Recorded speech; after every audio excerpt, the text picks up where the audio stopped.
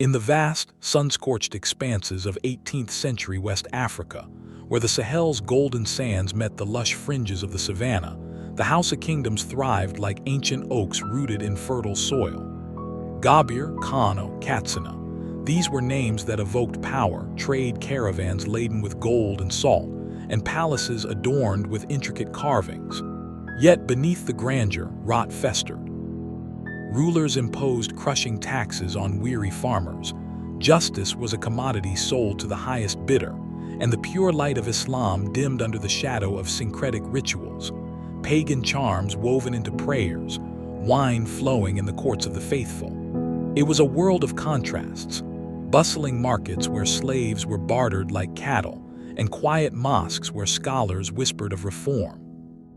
Welcome to the true story of the Sokoto Caliphate. Hit that like button if you're ready for an adventure. Subscribe and ring the bell so you never miss an episode. And let's ride into history together. The Flame of Renewal, the complete saga of Usman dan Fodio. Full feature-length documentary. Into this turbulent tapestry, on the 15th of December 1754, or the 29th of Safar in the year 1168 of the Hijra, a child was born in the humble village of Marata, nestled in the kingdom of Gobir. The wind that day whispered through the dry grass, carrying the scent of impending rain, as if the heavens themselves heralded his arrival. His father, Muhammadu Fodio, was a modest scholar of the Toronkawa Fulani clan, a people known for their nomadic herding and deep devotion to learning. His mother, Hawa, traced her lineage back to the Prophet Muhammad through Hassan ibn Ali, imbuing the boy with a noble heritage that shone in his gentle eyes and soft voice. They named him Usman, a name that would one day echo across continents.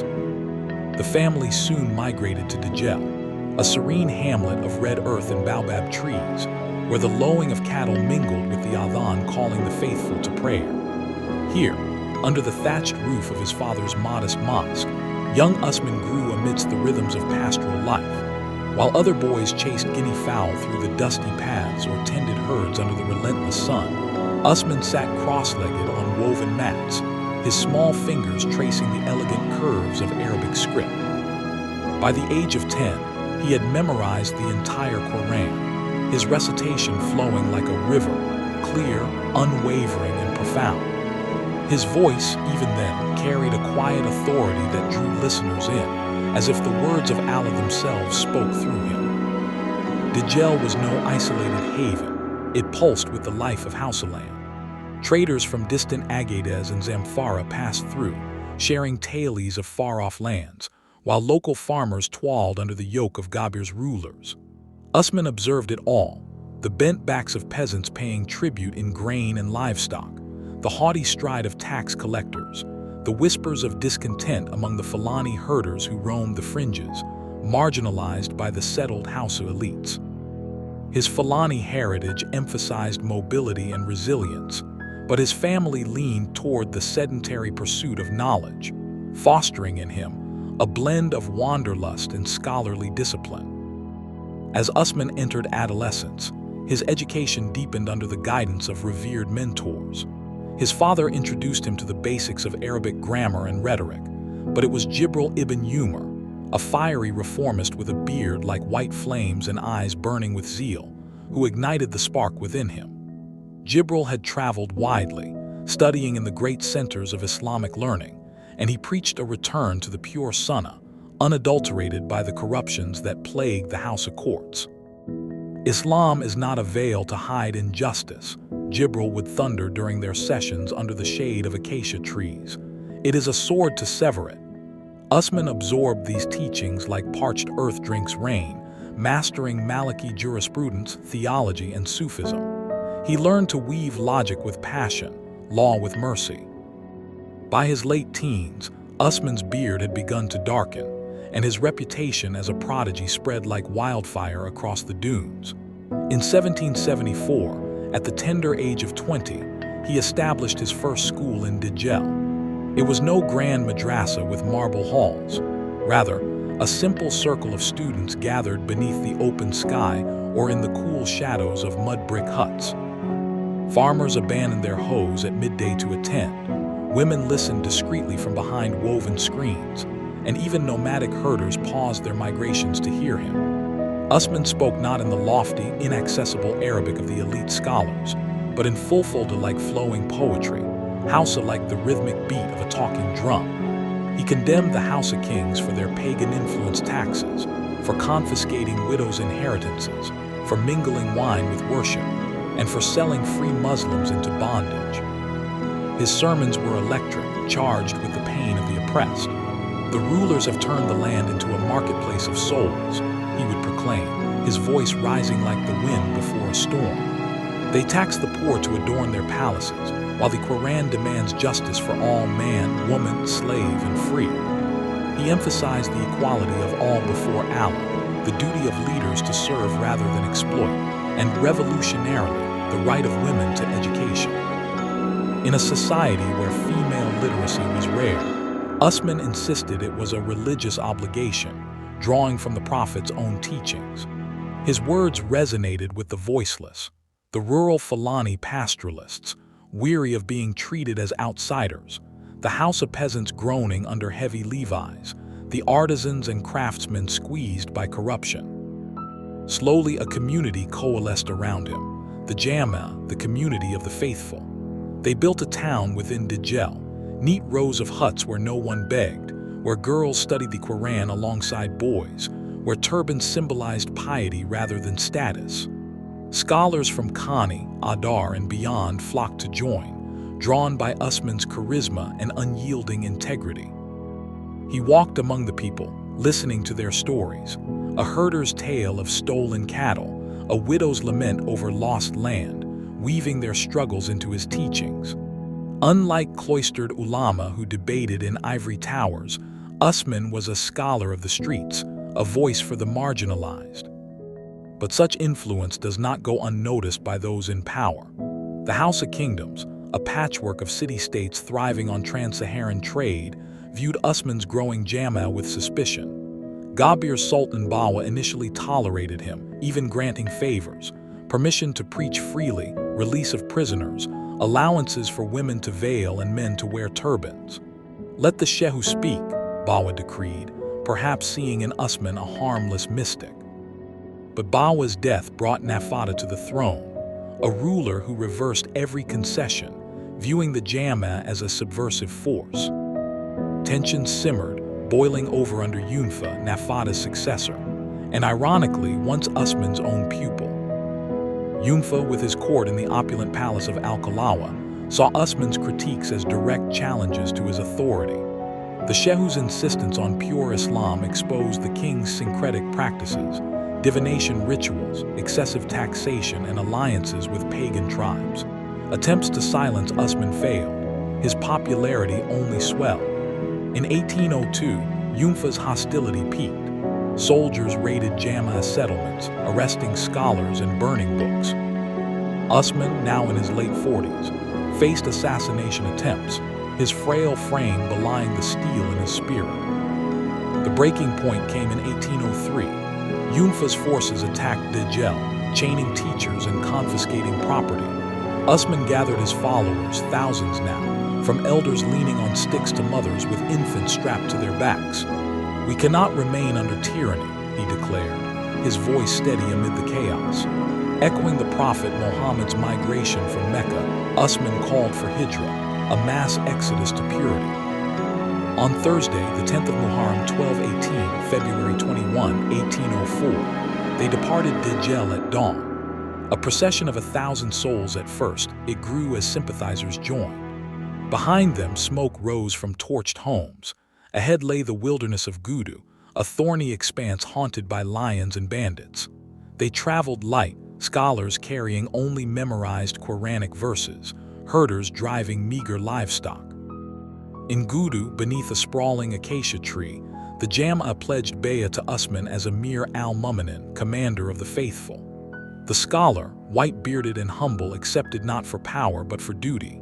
He entrusted the sword to his brother Abdullahi, a poet and strategist, and his son Muhammad Bello, a brilliant tactician.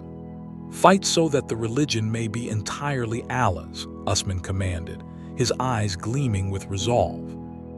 Thus began the jihad, not a mere war of conquest, but a holy struggle for renewal, justice, and piety. The first clash came swiftly, only 4 months later at Tabqinquato in June 1804. Yunfa, enraged by the defection, marched with Tuareg horsemen, their chainmail glinting like desert mirages. He aimed to crush the rebels in the marshes beside Lake Quado, where the ground turned treacherous under early rains. Abdullah's archers concealed themselves in tall grass, their bows drawn taut. As Gobir's cavalry charged, hooves sinking in mud, arrows rained down like divine judgment. Horses reared and fell, riders screamed as axes and swords closed in. By sunset, Yunfa fled, abandoning weapons and the aura of invincibility. The booty, horses, spears, pots, was distributed justly under Usman's appointed treasurer, ensuring no plunder tainted their cause. Word spread across Hausaland. The Shehu's faithful had humbled a king. Victory was fleeting. Kings do not yield easily, and Yunfa regrouped for vengeance. In Ramadan 1804, during Tsuntsua, he struck while the Muslims fasted, their bodies weakened but spirits unbroken. The camp, scattered across millet fields near Al-Kalawa, was vulnerable. Mohammed Bello lay fevered on his mat, unable to rise. Abdullahi assumed command as Tuareg horsemen thundered at dawn, javelins whistling through the air. The Jama fought in desperate clusters, back-to-back, reciting verses amid the clash of steel. 2,000 fell that day, including 200 Hafez, memorizers of the Quran. Abdullahi took an arrow to the thigh, carried from the field as the sun dipped low. The retreat was harrowing, the plain littered with bloodied turbans and prayer mats. It was the jihad's darkest hour, even the stoutest hearts wept. But from ashes rose resilience. Usman consoled his people. Allah tests the faithful. Our losses purify us for greater triumphs. The tide turned in 1805-1808. Wintering in Zamfara on wild roots and villagers' charity, the Jama struck west. The capture of Kebi was swift. The emir fled by canoe, leaving the river capital to the faithful. Gwandu rose on the Niger's banks, a bastion of faith with half-built walls. Enemies assailed it at Al-Wassa in late 1805. Gobirawa, Tuareg, and pagan Kebawa hordes. The battle raged from dawn to dusk, claiming 1,000 Muslim lives but inflicting heavier tolls on the foe. They broke, securing the western frontier. The flame leaped eastward. In 1807, Katsina succumbed. Its Magaji Haladu poisoned himself rather than surrender. Kano, the jewel of Hausaland with its towering walls and teeming markets, fell after a grueling siege.